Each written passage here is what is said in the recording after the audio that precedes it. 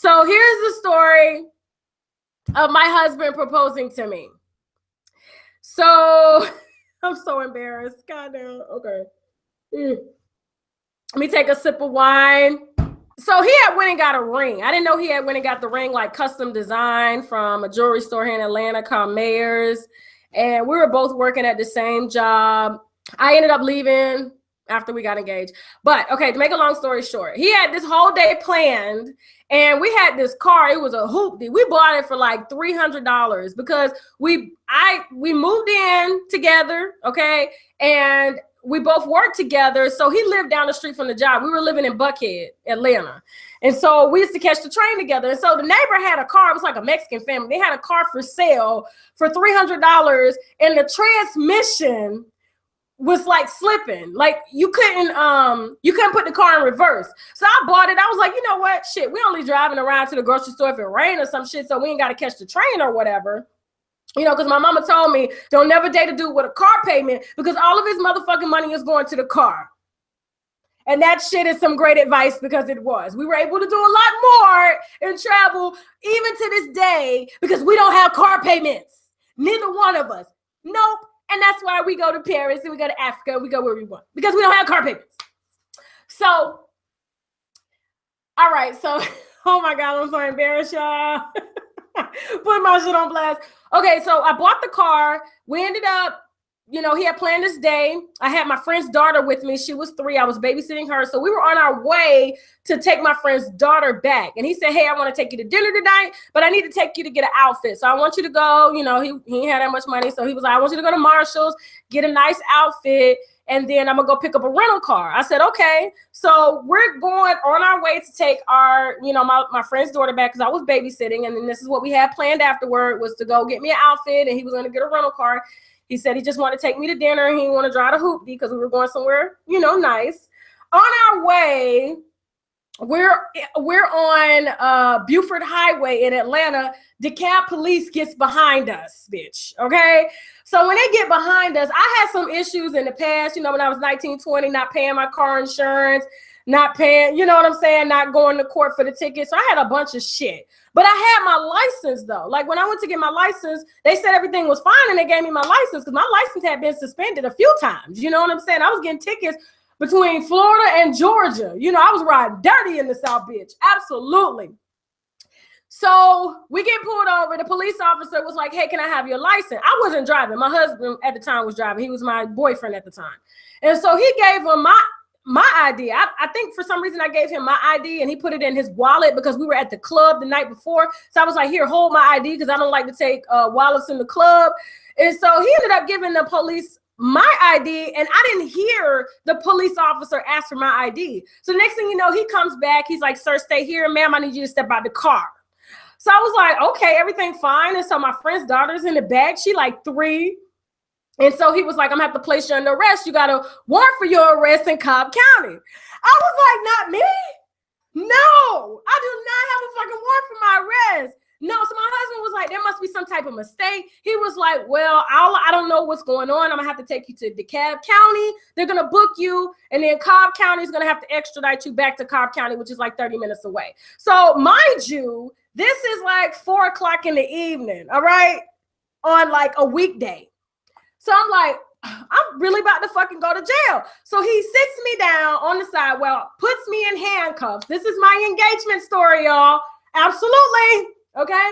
Puts me in handcuffs, sits me on the damn sidewalk, and my friend's daughter, I'm thinking she gonna start crying and shit. I was like, you know what, call her mom, tell her mom I'm about to go to jail, whatever. So my husband was like, what the fuck is going on? I'm like, and we hadn't really been together that long, like a few months or whatever.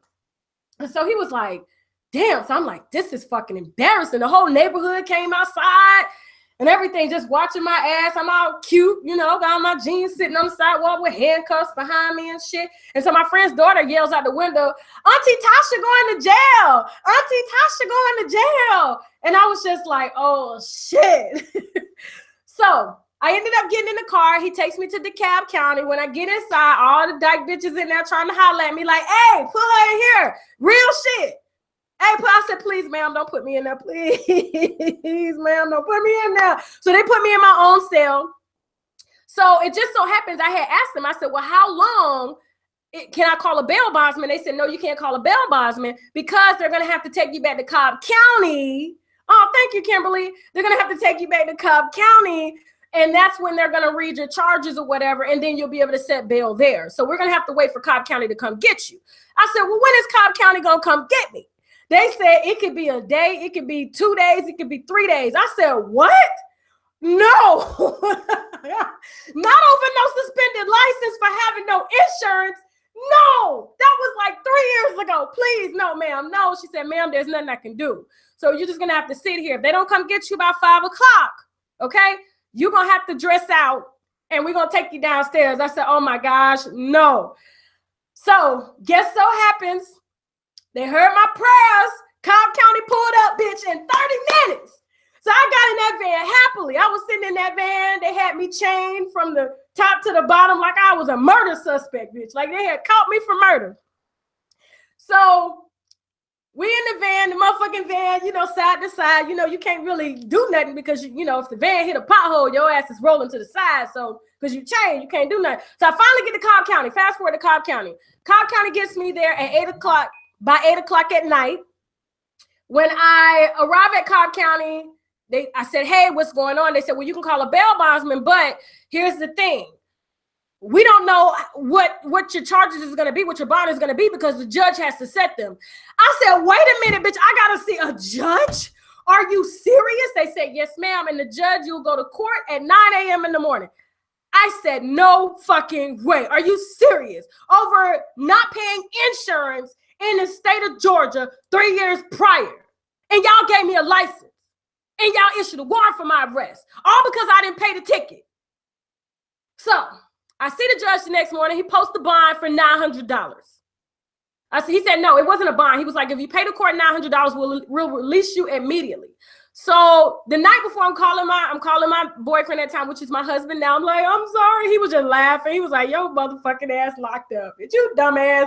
He just talking shit. I was like, first of all, you're African. You're not supposed to be like laughing at me. I'm in jail right now and you're laughing. He said, why in the fuck are you crying? I said, because I'm in jail. So I'm in jail. You know, I'm basically don't want to dress out, nothing like that.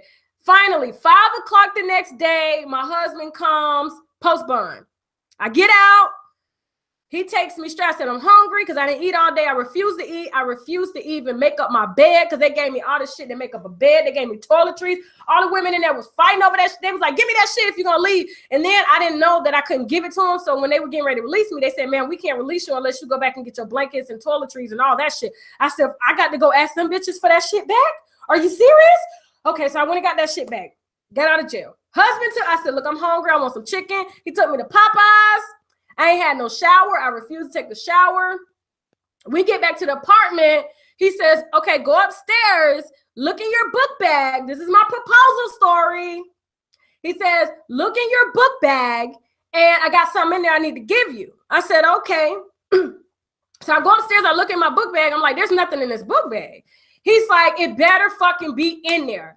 Like, look in the book bag, get what I need, bring it down. I'm like, what is it that you need? He said, you'll see it when you get it. Just look in the book bag. So I'm turning the book bag up, inside and out. I'm like, there ain't shit in this fucking book bag. There ain't shit in this fucking book bag. So I'm upstairs, I'm screaming. He comes upstairs. He was like, it better fucking be in the book bag. That shit, I paid so much money for that shit. And I just bailed your ass out of jail for $900. And you mean to tell me you lost my shit? I was like, I cleaned out this book bag. I didn't see anything of importance in this book bag. I don't know what you're talking about. I said, you know what? I'll just get my shit and I'll go back to my friend's house because you've already done enough, okay? You've already done enough and I'll give you your money back for bailing me out. So then he sits on the bed. He said, no, you're going to look in that motherfucking book bag, Tasha, and you're going to give me my shit. I saying shit in this book bag. So I'm looking down and I just gave up and I started crying. I was like, ain't nothing in this book bag. I'm a failure. What the fuck is going on? Goddamn. Damn. So next thing you know, he said, Tasha, look, it's right here. And I said, what are you talking about? He said, look, it's right here. So he reaches over my shoulder and he had the box there with the ring. And bitch, that bitch was blinging. I said, what? I ain't had no shower. I wasn't dressed out. He said, well, he said, I was going to ask your ass at Roof Chris, but your dumb ass went to jail and spent down my money. So So now I'm just gonna give it to you here. Stanky, musty, here's the ring, bitch. Will you marry me? That is my fucking marriage proposal. I said yes, and here we are 12 years later. I did not exaggerate that story. That is a real fucking story, okay? And I had to sit down and we had to tell our daughter how he proposed, okay? And so he proposed to me in my worst moment. I hadn't brushed my teeth and my fucking period was on. So I didn't wash like all day. I'm just trying to, you know, keep my legs closed so I can get in the motherfucking shower because I was intending or get in the shower when I got there because I was like, I am not a fucking jailbird, okay? Shout out to all the jailbirds out there, but it's just not for me, all right? It's not for me. It's just some places you just know that shit ain't for me. And so when we got in, my first duty was to go upstairs, take a shower. I had grease all over my face and all over my hands from eating Popeyes. I need to take a shower and just detox, just fucking detox. And then when he told me that shit, like it shit just really just, it was the sweetest thing ever. Boy, did he get his dick sucked really well that fucking night. Absolutely. Absolutely. And then that's our story. Now I gotta go. Bye. Oh, you know what? Before I go, y'all, shit. I almost forgot the wine review. I am drinking the Lucky Duck Malbec. Okay, can y'all see that? I know it's a bit bright. I'm trying to like, can y'all see that shit? It's like really bright yellow. It's the Lucky Duck Malbec, grown in Argentina. For those of y'all that are wondering what a Malbec is, just like you drink a Chardonnay grape, you drink a Muscat grape. Like a Muscat grape is a Moscato. Whenever you drink Moscato, okay, it comes from a Muscat grape, which is a table grape that was grown in Italy. This is a grape, Malbec, okay, that was grown in Argentina. And the Malbec grapes are the most mild tasting wine grapes ever. I mean, it's a simple, very just kind of light wine, and it complements everything. You can drink this with white foods like chickens, poultry, fish, and all that shit. And you can drink it with dark foods. Hell, you can even have it with sugar, okay? It's not sweet, but for people who are just getting introduced to red wines and they typically don't like them, this is a great wine to start off with, which is a Malbec grape, okay? And Gascon, I don't know if you, Gascon, Gascon, Gascon makes the best Malbec on the market. And you can get that wine for like $9, but I'm drinking a much cheaper version, inexpensive version of a Malbec. But since it was grown in Argentina, I felt compelled to buy it. And it's amazing. Absolutely. I've almost finished the glass.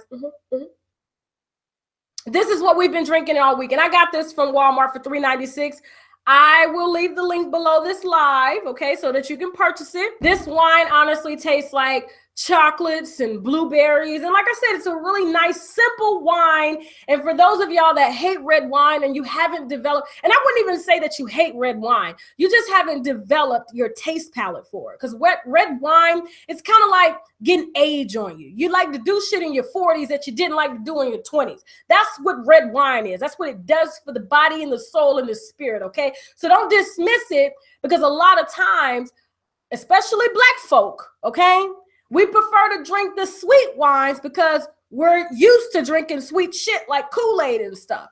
And so just like you like certain foods with different tastes, you know what I'm saying, sweet, sour, things like that, these wines are grown to complement those foods and to bring out the flavors in those foods, okay? So don't be opposed to drinking red wine or to not drinking red wine just because it's not sweet, because your tongue is only saying sweet right now. And so there are levels of wine that you can drink until you build up your palate. And then one day you'll go from drinking a $3 bottle to a $200 bottle. And when you drink that $200 bottle, like I was drinking 4 of those bitches for the Floyd Mayweather fight, absolutely.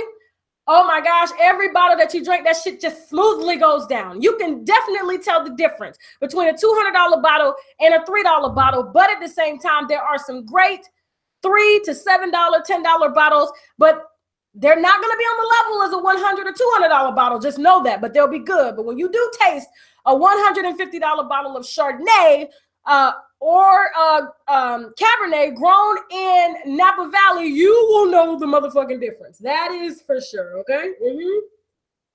So thank you all so much for watching. If y'all like this live, fucking subscribe. Follow me, Facebook, Instagram, Twitter, okay? Snapchat, Unwind with Tasha K. Unwind with Tasha K, all right? And if you didn't like this video, hell, you can tell them to still subscribe anyway, just so they can cuss my motherfucking ass out. Not that I'm gonna really give a damn anyway. Now I gotta go. Bye.